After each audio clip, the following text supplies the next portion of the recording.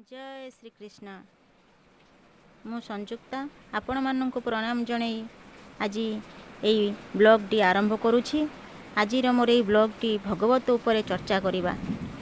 मु तो सेमिति किछि भगवत गीता उपरे तो सेमिति किछि मु जानि नाही, तथापि जेतिकी भी मु ज्ञान अर्जन करिछि मु ताहा आपण मानक पाखको शेयर करुछि। जदि आपण माने मो वीडियो टी देखि आपण मानकू जदि भल लगुथो आपण निश्चित सब्सक्राइब करेंगे, लाइक करेंगे और कमेंट मध्य करेंगे।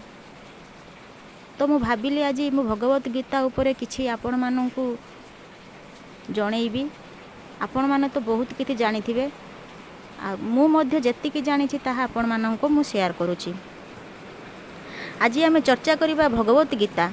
ए भगवत गीता पुस्तकटी आम सनातन धर्मर जेते भी आचार्य आसिछंती समस्ते ए भगवत गीता को प्रचार करिछंती। आज आमे ए भगवत गीता उपरे चर्चा करिबा। आ भगवत गीता महत्व कोन, आमे कोन पाई पढ़िबा से विषय रे चर्चा करिबा। गीता पढ़िबा द्वारा आमको कोन लाभ मिलिबो से विषय रे मध्य जानिबा। देखंतु भगवत गीता पढ़िबा पूर्वरु आमे हमर गुरु परंपरा साधु समस्त को प्रणाम करिबा। तेणु आपण माने मो सहित उच्चारण करि परिबे। गुरु ब्रह्मा गुरु विष्णु गुरुदेव महेश्वर गुरु साक्षात परम ब्रह्म तस्मै श्री गुरवे नमः। हरे कृष्ण कृष्ण कृष्ण हरे हरे, हरे राम राम राम हरे हरे।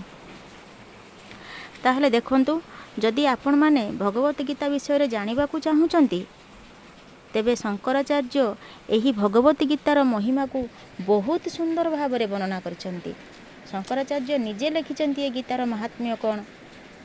शंकराचार्य कहिचंती जीवनटा बहुत छोट छोट जीवन रे मध्ये एते शास्त्र अछि, एते उपनिषद अछि, आमे कोन सेडा पढ़ी परिबा। 4टी वेद अछि, वेद भितर लक्ष लक्ष श्लोक अछि, 18टी पुराण अछि, 108टी उपनिषद अछि।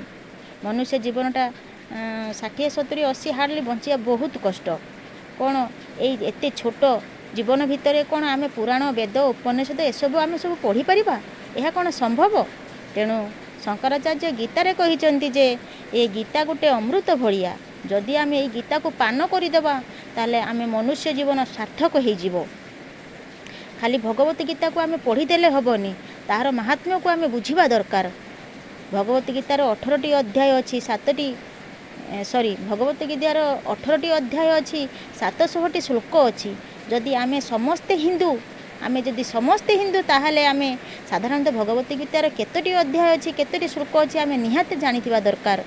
जदि आमको किहे भी पचारि दिए कि भगवत गीतार केतोटी अध्याय अछि आमे ता कहि परिबा नाही। तेणु भगवान श्रीकृष्ण जेतेबेले अर्जुन को 18टी योग शिखाइथिले सेही योग गुडी को मु आपण माननको कहूची।